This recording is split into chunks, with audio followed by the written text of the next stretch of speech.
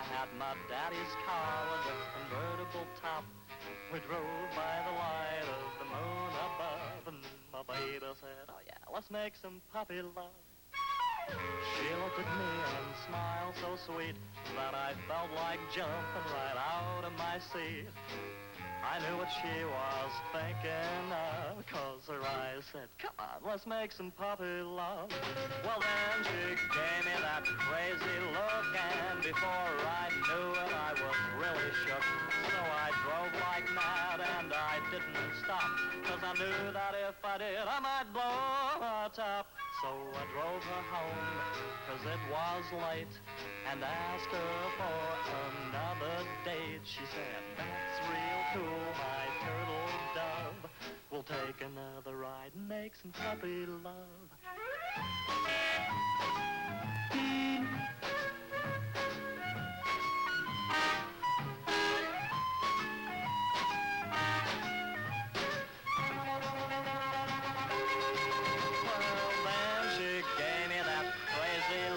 And before I knew it, I was really shook. So I drove like mad, and I didn't stop, 'cause I knew that if I did, I might blow my top. So I drove her home, 'cause it was late, and asked her for another date. She said, that's real cool, my turtle dove. We'll take another ride and make some puppy love. Making puppy love, puppy love, love.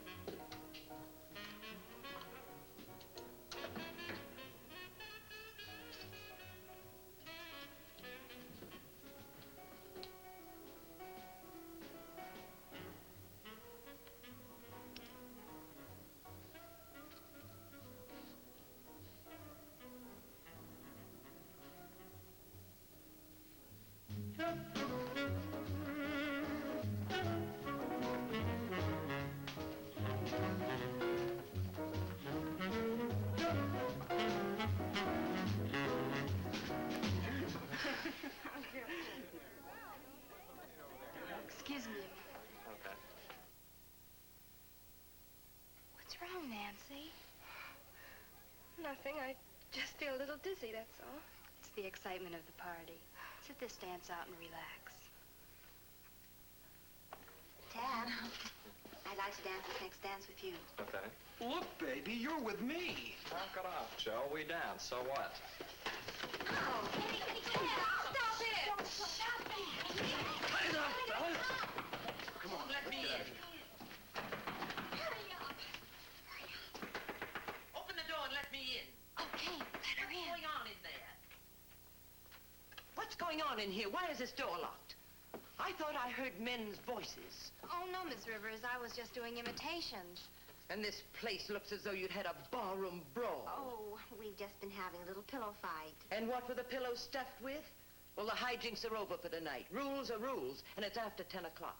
Oh, just a little longer, Miss Miss Rivers. Rivers. Just a few minutes. Well, 15 minutes, and then all lights out.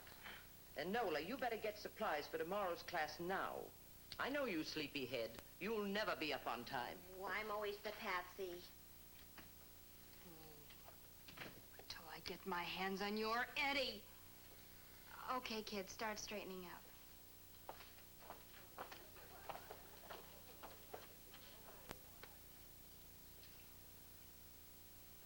You any bitter, Nancy? I'm just sleepy, that's all. I think I'll sack in. Do that. You cut out now. We'll clean up. Good night.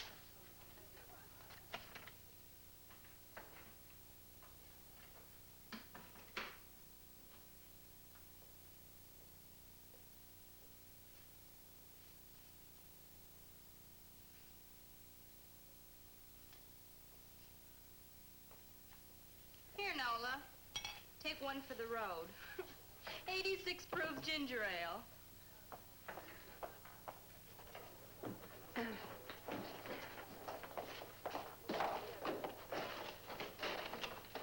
All right, the rest of you stay here and help me clean up. Nobody goes to sleep until this room is ship-shape. The birds of paradise are noisy, but neat.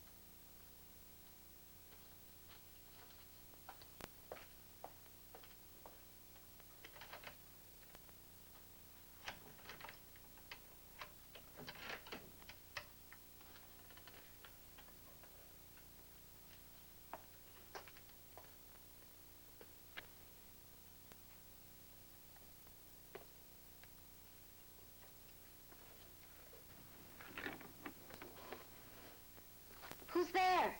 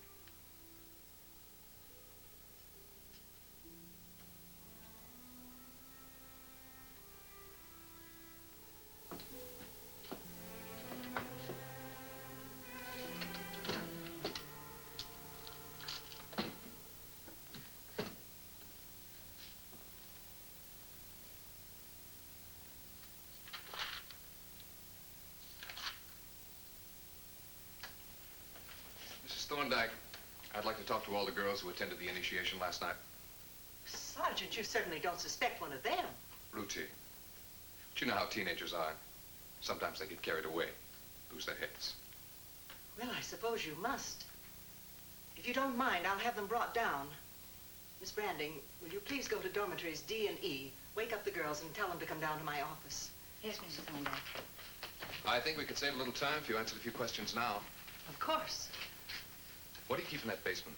School supplies and tools. Who goes down there? Mostly William, the janitor. Occasionally a student. Oh, the janitor's been with us over 15 years. Does he keep the basement locked up? No, it's usually open. Just the supply room is kept locked. We'd like to have a talk with the janitor. Well, I'll get him right away.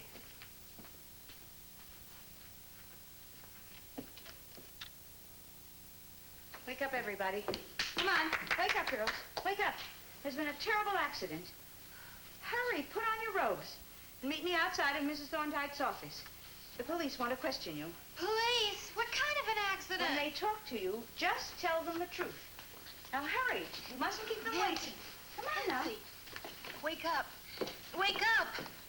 Nancy! Can you imagine her sleeping through all this? You go ahead.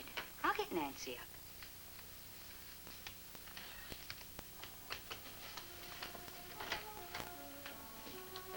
Nancy.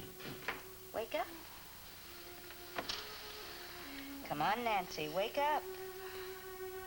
You've had a long sleep. I know. I feel as though I'd been drugged. But it did you a world of good. How pretty you are after the night. Look. I must have dreamed something weird, Miss Branding. Perhaps you can explain it. I dreamed that Forget it now. You can tell me about it later when we're alone. But for anyone else, forget it. The night belongs to you. It's your private domain. No one shall intrude. As far as the outside world's concerned, forget it. You understand? I understand, Miss Branding, and I'll forget it. Nancy, I have something to tell you. The janitor found Nola early this morning in the supply room. She was dead. Remember now, you had nothing to do with it. You understand? I understand. The police are here and will question all of you in Mrs. Thorndyke's office about the initiation.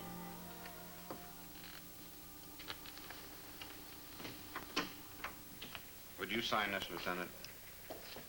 Yeah. Thank you. I read the report, Doc. I get the frame, but there's no clear picture. What do you make of it? Only what I saw. Well, what? 2 tiny punctures of the external jugular vein, right side. Any blood? No, that's the strange part. No evidence of bleeding. What is even stranger, not much blood left inside. Well, now come off it, Doc. I've never known you to over-dramatize. I'm only reporting what showed on a surface diagnosis. Face and hands ghastly pale, as if the blood had been drained completely. Oh, I'm sure the PM will verify that. I'd say so. That's just how the body looked, Lieutenant. Shame a beautiful young girl like that. Mind if I say something? Go ahead. What's in your mind? This type of murder is part of a pattern. You know anything about this pattern? I believe so. At med school, I shared a room with an exchange student from a small town in the Carpathian Mountains. He used to tell us stories, legends, about vampires, Draculas. He told them as though he believed them, as though he'd seen the monsters with his own eyes. He explained it as an old-world sickness that drives the killer on and on. He described it so vividly, the pictures never left me. When I saw that young girl, chalk white, the last drop of blood drained from her, it came back to me. The killer, the sickness, the victims, just as he described it to me. As though it were true. And Dracula. Oh, come off it, Mike. You must be kidding. Don't let anyone hear you talk like that or you'll end up in a straitjacket. Okay, make fun of it if you like. But I believe it. One crack like that out of you to the reporters, we'll have mass hysteria. Well, I'm in charge here. We're not reviving the age of witches and grave robbers. I'm sorry, Mike, but we've all got to watch ourselves very carefully. One wrong word could have the effect of dropping an A-bomb on Sherwood. As it is, the teenage students are panicked. Look, I understand your position, but... Now, Mike, a good coroner's not only got to be a good physician and surgeon, he's got to understand the legal principles of evidence and proof in court. That's why we can't go around shooting our mouth off, making loose assertions. What you just said couldn't be proved. For the present, we'll call this youthful zeal on your part. But from here on in, you just follow instructions.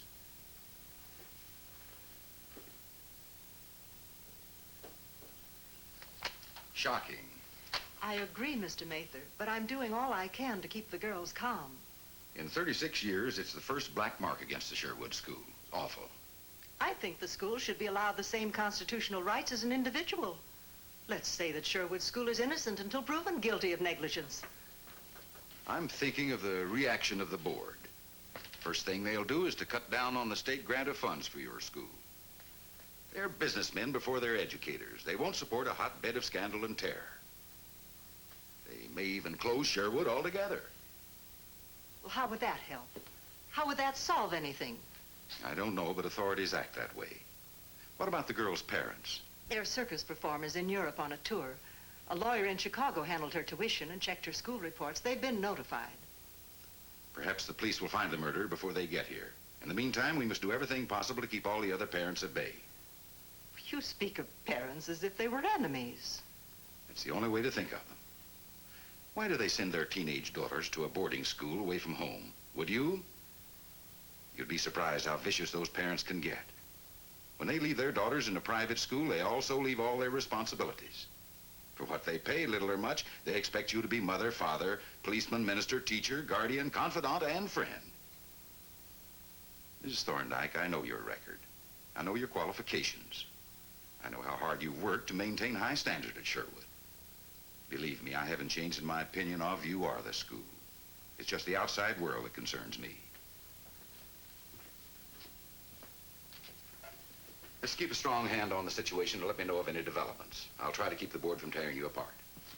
Girls, before we take up today's first experiment, I've been asked by Mrs. Thorndike to say a few words to you. I know we're all dreadfully upset by the tragedy that took place.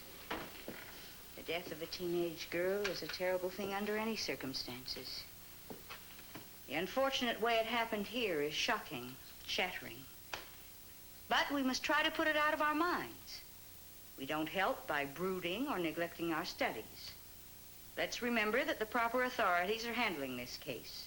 That's their job. Our job is to concentrate on our study. The living have an obligation to go on living. Now, for our experiment this morning, we'll observe the results when a substance is changed from one physical state to another. Myra, will you set up the proper apparatus?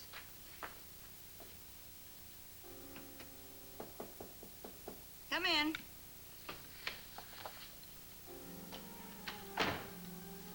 Here are the corrected test papers, Miss Branding. I see you're doing more work on your thesis. Yes, I'm revising it. Important revisions. Then you found some new material? Yes. Science constantly moves forward. Every hour brings new discoveries. Your own? My own. Otherwise, what I have to give to the world would have no validity. If my thesis is to make the correct impact on mankind, it must be based on what I see with my own eyes. And what you do with your own hands. Exactly. I see. Myra, look at me.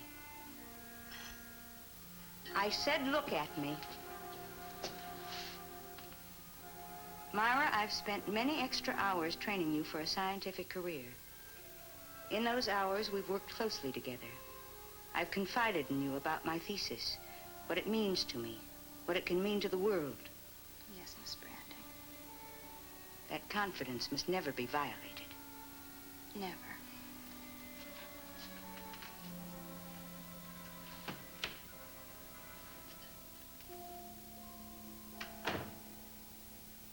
Looks like we've run into a wall. That's about it, Lieutenant. Every lead we had blew up. Well, we've questioned a few prowlers and vagrants. One screwball even wanted to sign a confession. When we checked, he had an airtight alibi. I've still got a wino in the tank, but I don't No, think I that checked your report on him. There's nothing there. Better drop it. Every time we corral a new suspect, it leaks out to the press. The mess gets stirred up, but we give no results. All they want is results. Well, has Doc Lawson got any ideas? You know how cautious he is. Won't make a statement until it can stand up in court. Says it could even be an animal. Shall I close it out? How long have we been on it? 2 weeks? Yeah, a few days. No. Better just mark time on it. Something's got to show up. All right, kids! Kids, listen! Here are the rules for our Halloween scavenger hunt. Early today, I buried 6 objects in the old cemetery. In a cemetery? Yes, we have to prove our bravery, don't we? Anyway, the first one to bring back 3 of those objects wins this crazy compact, complete with rhinestones and trick mirror, donated by Terry. Hey, yeah, but where do we look? We can't dig up the whole cemetery, and by night yet. No, I'm going to give you a clue. Now, you find the first object. Where the moon shines most bright, you will find an object white. I know where to look. Well, then I'll follow you. You can pass the shovels now. When I say go, you light out fast. Now, say 8:20 now. Your time limit is 1 hour. Everybody be back here by 9:20. Go!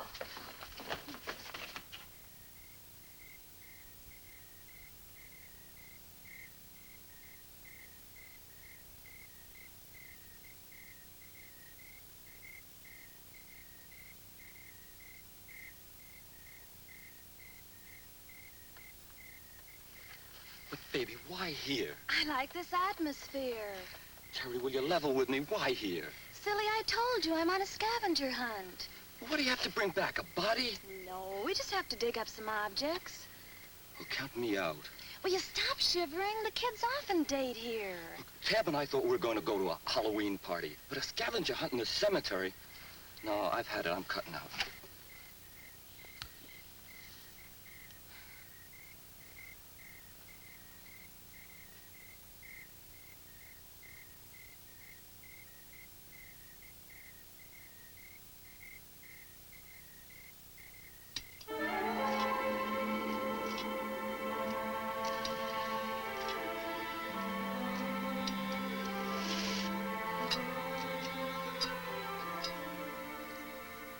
Nancy, what did you do to your... Why, Nancy, what's come over you?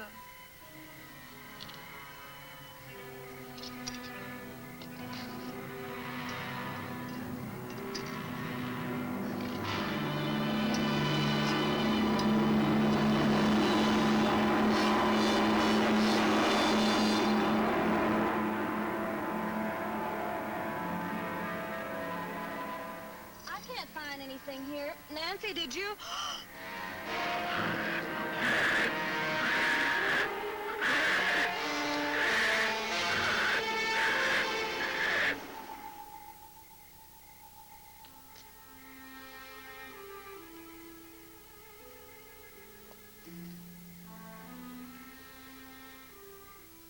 Hi.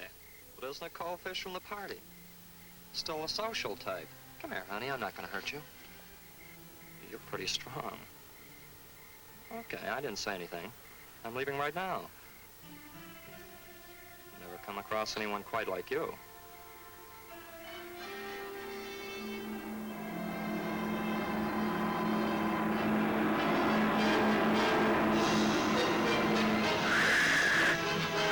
Can't be. Get away from me! Get away from me! No, get away from me!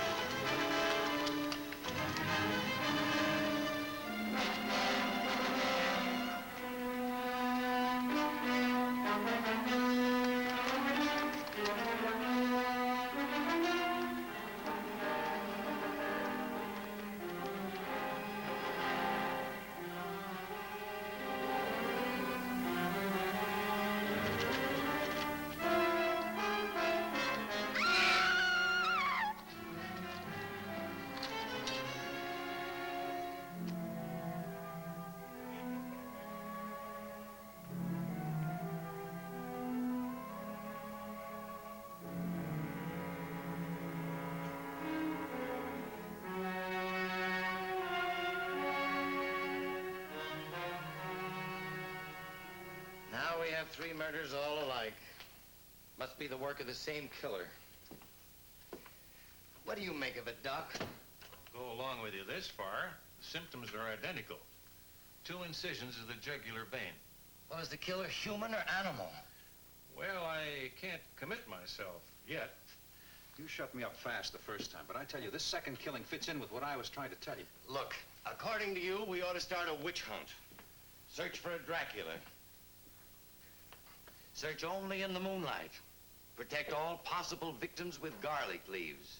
Or maybe dig up a couple of rows of corpses and drive wooden stakes through their hearts so they'll stay buried. Isn't that what the legend prescribes? You can't laugh away murder. I'm not trying to. I don't intend to. But the way it happened, where it happened. Look, let's go about this in a logical, routine manner.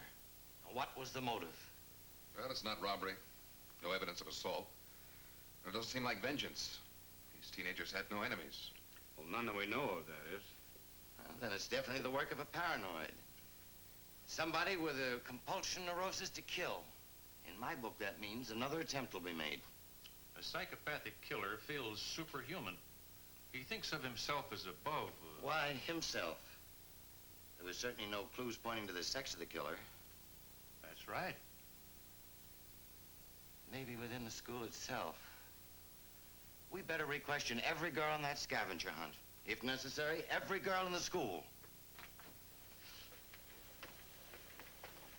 The lieutenant will see you now, Nancy.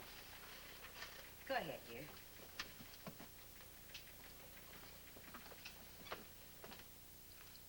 Come in. Sit down, Nancy. Now, we know you want to tell us the truth. This lie detector will help us to evaluate your answers. The polygraph pens don't lie.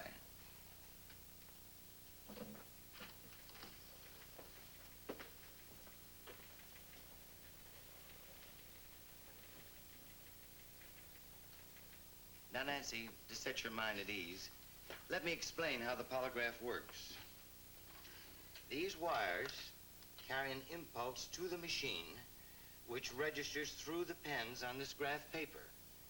The pens move according to the impulses they receive from your body. That way, we obtain a picture as to whether your statements are true or false. Start the machine, will you? For example, Nancy, what's your full name? Nancy Perkins. The pen registered a normal impulse. That indicates you told the truth. Now I want you to tell me a lie. What's your full name? Eleanor Banks. There. See the difference in the sweep of the pens? That indicates you didn't tell the truth.